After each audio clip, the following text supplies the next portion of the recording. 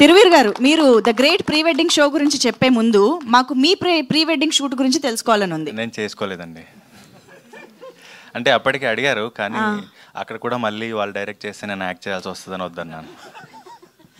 నిజంగానే చేసుకోలేదు, నేను రిక్వెస్ట్ చేసినా కూడా చేసుకోలేదు. ఓకే, ఇప్పుడు ప్రొడ్యూసర్ గారు ఇంట్లోనే ఉంటున్నారు కదా, సో యాక్టర్ కి ప్రొడ్యూసర్ కి ఇంట్లో ఎలాంటి డిస్కషన్లు ఉంటాయండి? కొంచెం ఆఫ్ ది కెమెరా చెప్తా. అలాగండి. ఓకే అండి, ప్లీజ్ మీరు చెప్పాలనుకుని చెప్పండి. అందరికీ నమస్కారం అండి. The great pre wedding show రోజు చాలా నేరేషన్స్ వింటూ ఉంటాను. చాలా వరకు కామెడీ సబ్జెక్టులు ఏవైతే వస్తూ ఉంటాయో ఇవి కామెడీ ప్రధానంగా ఉన్నాయంటారు, కానీ చెప్పేవాళ్ళు నవ్వరు, నేను నవ్వను, నేరేషన్ అయిపోతుంది. ఇది కామెడీ సినిమా అన్నారు కదా అని వాళ్ళు వెళ్ళాక డౌట్ వస్తూ ఉంటుంది. అలాంటివి విని విని విని అలసిపోయిన తర్వాత ఒకరోజు వేరే ఫ్రెండ్ సజెస్ట్ చేస్తే ఈ కథ వినాల్సి వచ్చింది. సరే, రోజు వినే 2-3 కథల్లో ఇదొకటి అనుకొని విన్న తర్వాత తను స్టార్ట్ చేసినప్పటి నుంచి కథ అయిపోయే వరకు నవ్వుతూనే ఉన్నాను కుర్చీలో. సో ఇంకా అప్పుడు నేను ఇంకేం ఆలోచించాల, ఈ సినిమా చేయాలి, వేరే సినిమాతో క్లాష్ వచ్చినా ఉన్నా బిజీగా ఉన్నా ఎలా ఉన్నా ఈ సినిమా చేయాలనుకున్నాను. అండ్ సినిమా మొత్తం యంగ్ టీం, కొత్త వాళ్ళు. మార్కెట్ చూసుకుంటున్నప్పుడు ప్రీ అప్రూవల్ ఉందా, లేకపోతే ఎస్టాబ్లిష్డ్ ప్రొడక్షన్ హౌస్ ఉందా, లేకపోతే మార్కెట్లో ఎంత పెడితే ఎంత వస్తుంది క్యాలిక్యులేషన్స్ జరుగుతున్న టైంలో మేము సినిమా తీస్తానని ధైర్యంగా ముందుకు వచ్చారు సందీప్ గారు. అండ్ థ్యాంక్ యూ సందీప్ గారు. ఒక కొత్త ప్రొడ్యూసరు, కొత్త డైరెక్టర్ని నమ్మి రిస్క్ చేసి ఒక ప్రాజెక్ట్ సెటప్ చేస్తున్నప్పుడు నా వంతుగా నేను ఏం చేయగలుగుతాను ఒక మంచి కథని సపోర్ట్ చేయడానికి అనిపించినప్పుడు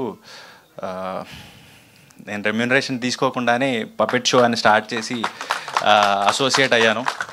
సో నేనేం ప్రొడ్యూస్ చేయలేదండి, నా డేట్సే ఇన్వెస్ట్ చేశాను. సో అలా అనుకోవచ్చు, కొలాబరేషన్ ఇది. సో ఎవరు దయచేసి నేను ప్రొడ్యూస్ చేస్తానని కథలతో మాత్రం రావద్దే. సంవత్సరానికి ఒక సినిమా, ఇది నా నమ్మకాన్ని నిలబెడితే సంవత్సరానికి ఒక సినిమా ఇలా రిస్క్ చేసి నేను డేట్ని ఇన్వెస్ట్ చేద్దాం అనుకుంటున్నాను. అండ్ ఈ సినిమాకి పనిచేసిన వాళ్ళందరూ కూడా సగానికి పైగా నా ఫ్రెండ్సే. జార్జ్ రెడ్డికి పనిచేసినప్పటి నుంచి సురేష్ బొబ్బిలన్నతో పరిచయం ఉంది, సోము ఫ్రెండే, ఆర్ట్ డైరెక్టర్గా పనిచేసిన ఫ్రెండే. అందరినీ ఒక్కొక్కరిని పోగు చేసి, అండ్ నేను నాటకాల రోజుల్లో జోగారావు గారితో, భాషా గారితో వర్క్ చేసిన అనుభవం ఉంది వాళ్ళని తీసుకొని.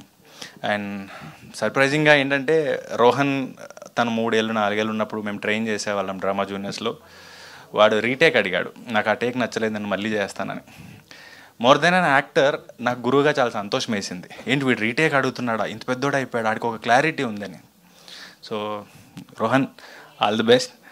అండ్ ఈ సినిమా గురించి చెప్తే ఎప్పుడు కూడా మేము అరకు వెళ్ళాం, ఇందాక చెప్పినట్టు పిక్నిక్గా. నిజంగానే క్రేన్ వాళ్ళు, కెమెరా వాళ్ళు ఎప్పుడు వీలైతే వాళ్ళు సెపరేట్గా వంటలు చేసుకుని మేము ఈరోజు చేపలు వండుకున్నాం, ఈరోజు చికెన్ వండాం, మీకు ఏమైనా కావాలని అడిగేవాళ్ళు.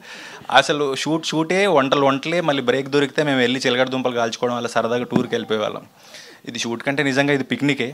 సో ఈ చిన్న సినిమాని అందరూ సపోర్ట్ చేయగలిగితే, ఒక చిన్న పాయింట్ని తీసుకొని ఇంత మంచి సినిమాగా డెవలప్ చేయొచ్చు అని ప్రూవ్ చేశాడు రాహుల్.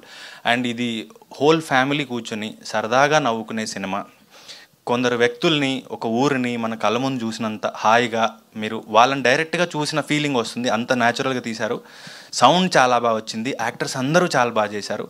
అండ్ ఇంకా నెక్స్ట్ ప్రీ రిలీజ్ ఇంకా రకరకాల ఈవెంట్స్ ఉన్నాయి కాబట్టి అప్పుడు మాట్లాడుకుందాం.